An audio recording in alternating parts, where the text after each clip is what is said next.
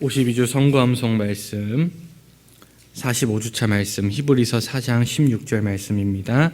우리 함께 보겠습니다.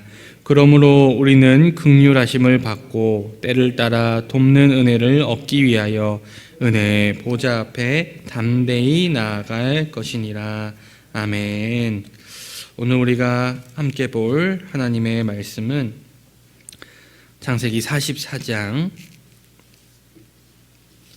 31절에서 34절까지의 말씀 함께 보도록 하겠습니다. 44장 31절에서 34절까지의 말씀 함께 보겠습니다. 제가 가진 성경 구약성경 70면 전후에 있는 말씀입니다. 다 찾으신 줄로 믿고 우리 다 같이 한 목소리로 합독하시겠습니다. 아버지가 아이의 없음을 보고 죽으리니 이같이 되면 종들이 주의 종 우리 아버지가 흰머리로 슬퍼하며 수월로 내려가게 함이니이다. 주의 종이 내 아버지에게 아이를 담보하기를 내가 이를 아버지께로 데리고 돌아오지 아니하면 영영이 아버지께 죄짐을 지리다 하였사오니 이제 주의 종으로 그 아이를 대신하여 머물러 있어 내 주의 종이 되게 하시고 그 아이는 그의 형제들과 함께 올려 보내소서. 그 아이가 나와 함께 가지 아니하면 내가 어찌 내 아버지에게로 올라갈 수 있으리이까. 두렵건대 제가 내 아버지에게 미침을 보리이다. 아멘. 오늘 우리가 함께 읽은 본문 말씀을 중심으로 유다의 성숙한 태도와 답변이라는 제목을 함께 은혜를 나눠보려고 합니다. 본래 오늘 말씀 성경 본문은요, 창세기 44장 18절에서 34절까지인데 너무 긴 관계로 오늘은 31절에서 34절까지만 함께 보았습니다. 오늘 본문 이전의 내용을 먼저 알아야만 오늘 이 내용이 이해가 될 것 같습니다. 오늘 본문 이전에는 큰 위기에 처한 요셉의 형들의 모습이 먼저 등장합니다. 이전 본문을 살펴보면 요셉은 베냐민과 함께 곡식을 얻으러 온 형들의 자루에는 곡식뿐만 아니라 그들이 가지고 온 품삯을 다시 넣었고 또 특별히 베냐민의 자루에는 자신의 은잔을 넣었습니다.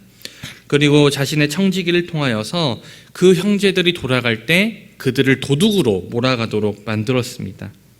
그런데 이때 요셉의 형제들은 자신들을 도둑으로 몰아가는 그 청지기에게 은잔을 훔친 자는 죽어야 마땅하고 나머지 형제들이 만약 그 요셉의 물건을 훔쳤다면 종이 되겠다고 말하면서까지 자신의 결백을 장담하며 말하였습니다. 그런데 청지기가 그들의 자루를 열었을 때 그 자루 안에는 그들의 품삯도 들어있었고 특별히 베냐민의 그 자루 안에는 요셉의 은잔이 들어있었습니다. 청지기는 은잔이 발견된 사람만 종이 될 것이라 말하고 나머지는 무사히 돌아가라고 이야기합니다. 하지만 하필이면 그 베냐민의 자루에서 은잔이 나오게 된 것이 문제였습니다. 요셉이 처음 베냐민을 애굽 땅으로 데려오기를 명하였을 때 이 형들은 아버지가 이 베냐민의 안전을 걱정하는 것을 알고 있으면서도 아버지를 설득하여서 어렵게 베냐민을 애굽 땅까지 데려왔습니다. 그런데 오늘 이 베냐민이 이 애굽 땅에서 종이 될 위기에 처하게 된 것이죠. 이제 형들은 요셉에 이어서 또다시 동생을 잃어버리게 될 위기에 처하게 되었습니다.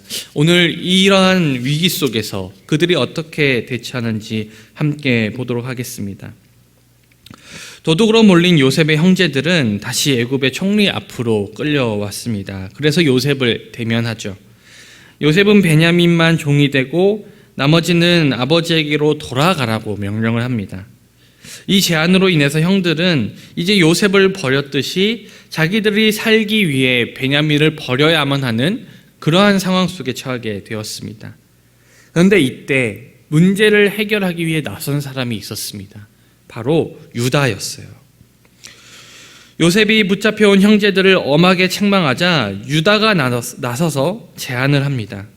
저자는 유다와 그의 형제들이라는 표현으로 유다와 나머지의 형제들 구분하여서 이미 유다가 마지가 아님에도 불구하고 그 형제들의 대표가 되어 있었음을 보여줍니다. 그는 잔이 발견된 베냐민뿐만 아니라 형제들이 모두 종이 되겠다고 말합니다. 이것은 처음에 은잔이 발견되는 자는 죽으리라고 장담했던 내용보다는 아주 온화한 유화적인 제안이죠. 베냐민을 죽게 할 수도, 그렇다고 그를 혼자서 타국의 종으로 남겨둘 수는 없었기 때문입니다. 이에 요셉은 아주 너그러워 보이는 제안을 합니다. 은잔을 도둑질한 사람만 종이 되고 나머지는 귀향하라는 것이죠. 형제들 가운데는 고향으로 돌아가라는 이 애굽 총리의 명령에 마음이 동한 사람도 있었을지 모릅니다. 그러나 이어지는 유다의 행동과 발언은 자기 희생에 아주 좋은 본이 되죠. 유다는 18절부터 34절까지 이어지는 아주 긴 연설을 이 애굽의 총리 앞에서 합니다.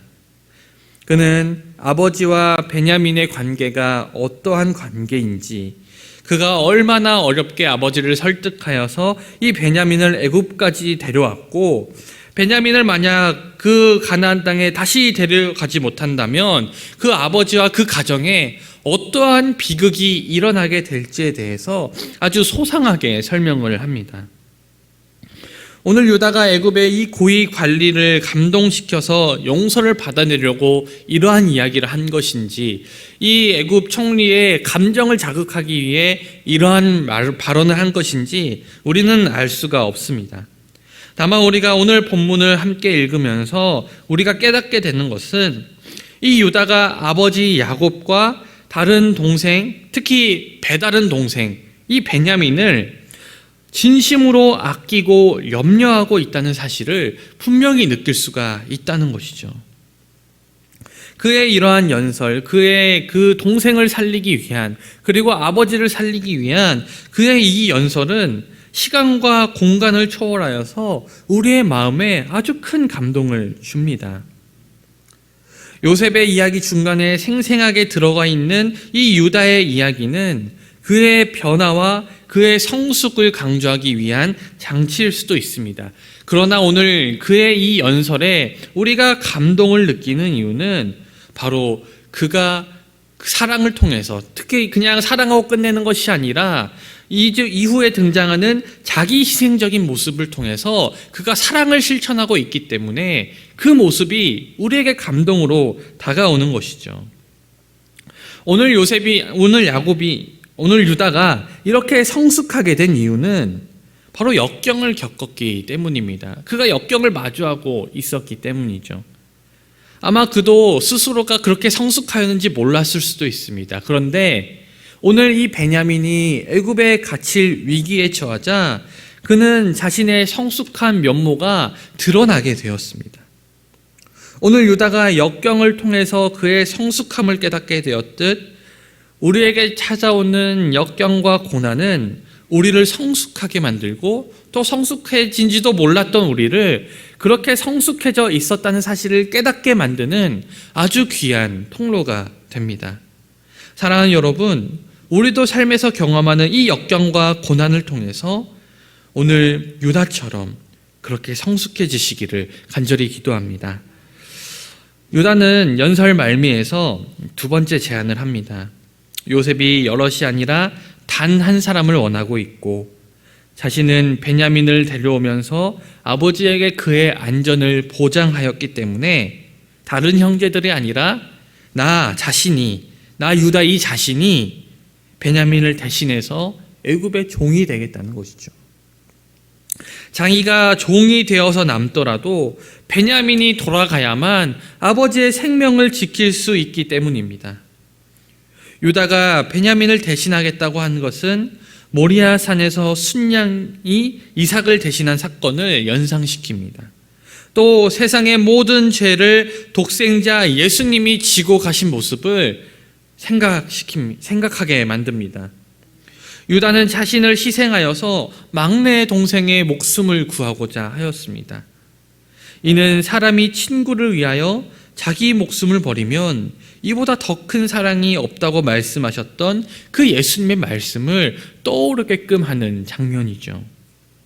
사랑하는 여러분, 우리도 이렇게 서로를 사랑하고 서로를 위해 희생할 수 있기를 기도합니다.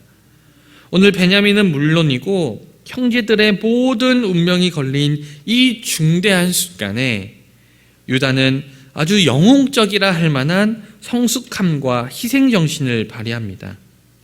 그는 자기의 유익을 구하지 않고 동생과 아버지의 유익을 구하는 아주 숭고한 태도를 보이고 있습니다. 유다의 이러한 반응과 태도야말로 오늘 요셉이 그들을 시험함으로 통하여서 그들에게 바랬던 모습이고 또 하나님께서 우리에게 바라는 모습입니다. 바로 다른 사람의 유익을 위하여 자신의 유익을 포기하는 자기 희생적인 그러한 자세이죠. 사랑하는 여러분, 하나님의 자녀들은 그리고 그리스도인들은 궁극적으로 자기 희생의 삶을 살아내어야만 합니다. 왜냐하면 그것이 예수님께서 십자가에서 우리를 사랑하시기 위해 보여주신 사랑의 방법이기 때문이죠. 예수님께서 먼저 우리에게 본으로 보여주신 사랑의 자세이기 때문입니다. 사랑은 자기 희생을 동반합니다. 내 것 모두 다 주장하고 내 것을 모두 다 챙기면서 사랑한다는 것은 가능하지 않습니다. 사랑은 필연적으로 사랑하는 대상을 향한 자기 희생을 동반합니다. 그리고 진정한 사랑은 그러한 자기 희생에 대한 어떠한 대가도 요구하지 않습니다. 사랑하기 때문에 그냥 내어주는 것이죠. 사랑하기 때문에 그냥 내 것을 포기하는 것입니다. 그렇다면 여러분들은 사랑의 삶을 실천하고 계십니까?